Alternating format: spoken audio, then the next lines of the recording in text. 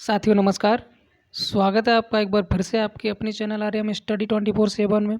तो साथियों हम लोग पढ़ रहे हैं विश्व का भूगोल टॉपिक वाइज। तो आज का हमारा 5वां टॉपिक है जलमंडल। और जलमंडल के अंतर्गत हम लोग आज पढ़ने वाले हैं महासागर और सागर से संबंधित जो महत्वपूर्ण प्रश्न हैं उनकी चर्चा करने वाले हैं।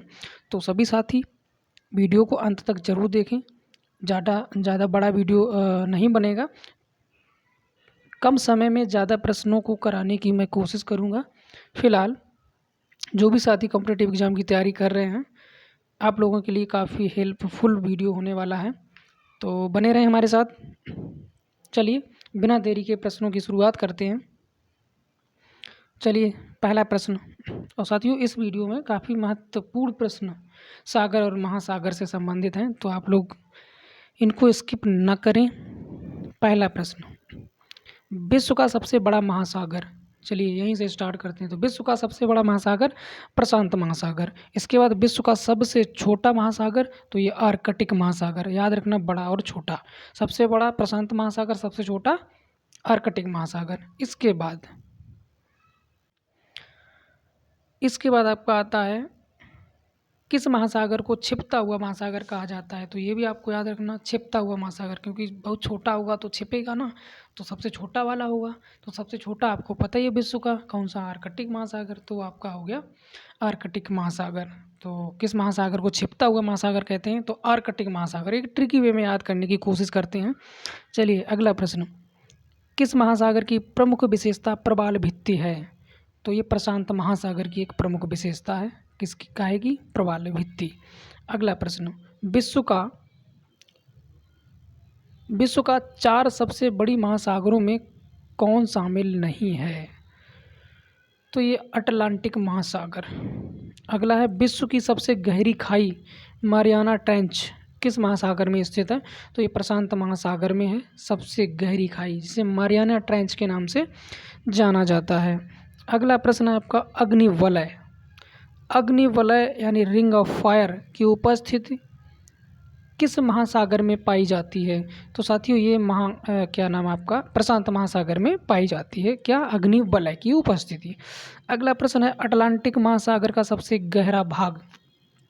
तो ये आपका प्यूर्टो रिको ट्रेंच। ठीक है, नाम आप लोग याद रख सकते हैं। अगला प्रश्न है विश्व का सर्वाधिक चौड़ा महाद्वीपीय मग्न तट किस महासागर में स्थित है। तो ये आपका आर्कटिक महासागर में स्थित है। अगला है वर्तमान भूमध्य सागर को किस प्राचीन महासागर का अवशेष माना जाता है। तो साथियों ये टेथिस महासागर को माना जाता है वर्तमान भूमध्य सागर को जो है प्राचीन महासागर के अवशेष के रूप में। चलिए अगला थोड़ी सी जानकारी देखिए यहाँ पे, द ग्रेट ओशन ट्रेड मार्ग किस महासागर से होकर गुजरता है।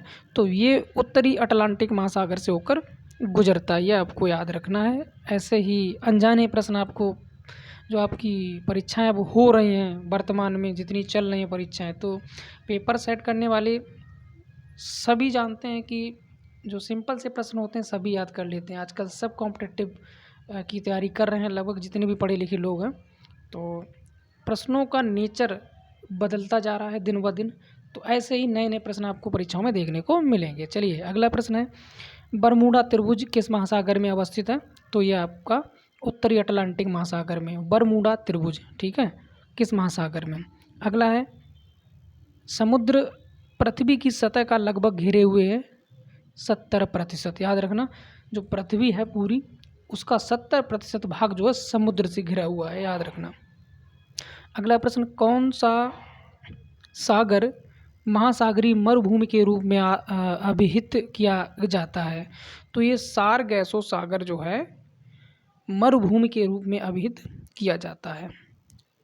सारगैसो सागर अवस्थित है, तो ये उत्तरी अटलांटिक महासागर में, याद रखना। सारगैसो सागर कहाँ अवस्थित है, उत्तरी अटलांटिक महासागर में। इसके बाद तस्मान सागर किसके मध्य अवस्थित है।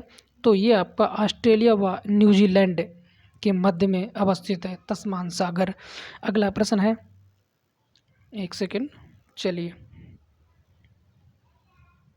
अगला प्रश्न है किस सागर की सीमाएं 3 महाद्वीपीय किस सागर की सीमाएं 3 महाद्वीपों को स्पर्श करती हैं। तो ये बेरिंग सागर की सीमाएं जो हैं 3 महाद्वीपों को स्पर्श करती हैं। प्रश्न आपको आसानी से याद हो रहे होंगे। कौन सा सागर स्थलबद्ध है? तो अरल सागर। अरल सागर जो है वो स्थलबद्ध है। किस सागर का तट नहीं है? तो सारगैसो सागर का तट नहीं है, याद रखना। अगला है तुर्की के उत्तर में है, तो काला सागर। तुर्की के उत्तर में क्या है? काला सागर। आगे बढ़ते हैं आज के अगले प्रश्न की ओर। चलिए अगला प्रश्न देखिए।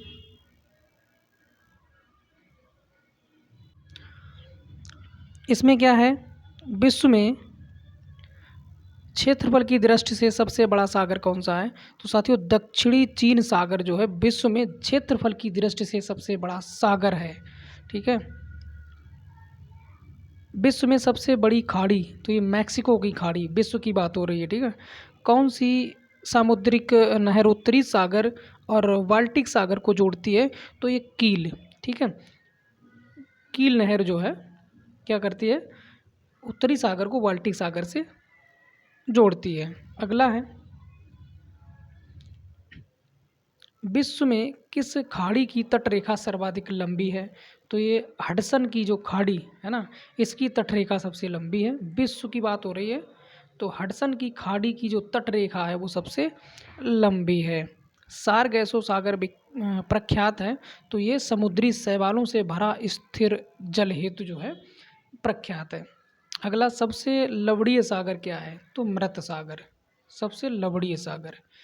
अगला है जॉर्डन और इजराइल। जॉर्डन और इजराइल के मध्य कौन सा सागर है? तो ये मृत सागर है। ठीक है। अगला है सेलीवीज सागर कहाँ है? सेलीवीज सागर जहाँ है वह है आर्कटिक महासागर। अगला है 90 ईस्ट रोज कहाँ पर स्थित है? तो ये हिंद महासागर में स्थित है।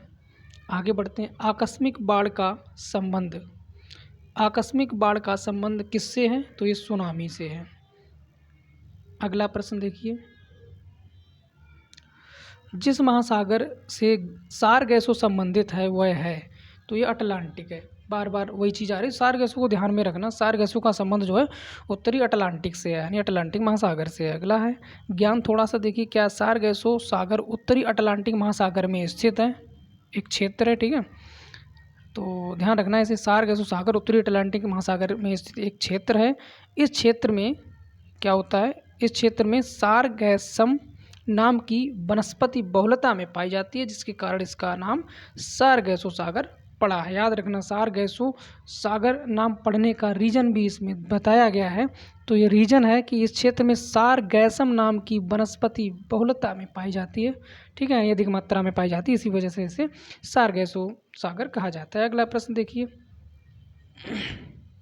सारगैसो समुद्र की विशिष्टता, तो विशिष्ट समुद्री वनस्पति, देखिए वही चीज़ है, प्रश्न को इधर उधर घुमा के पूछा गया लेकिन चीज़ वही है, विशिष्ट समुद्री वनस्पति के कारण इसे सारगैसो समुद्र कहा जाता है, वही चीज़ है। फिलहाल इस वीडियो में चलिए ज़्यादा बड़ा हो जाएगा अगर हम दूसरा टॉपिक लेते हैं, तो इतना ही। अगले वीडियो में फिर से मिलते हैं अगले टॉपिक के साथ, और अगला टॉपिक हमारा महासागरीय जलधाराओं से होगा। तो आप सभी जो है चैनल से जुड़ें, वीडियो को अंत तक जरूर देखा करें। तो हम लोग महासागरीय जलधाराएं पढ़ेंगे अगले वीडियो में। ठीक है, तब तक के लिए आप लोग अपनी तैयारी को धार देते रहिए, अच्छे से तैयारी करते रहिए। और चलिए हमें दीजिए इजाज़त, चलते हैं। नमस्कार, जय हिंद, जय भारत।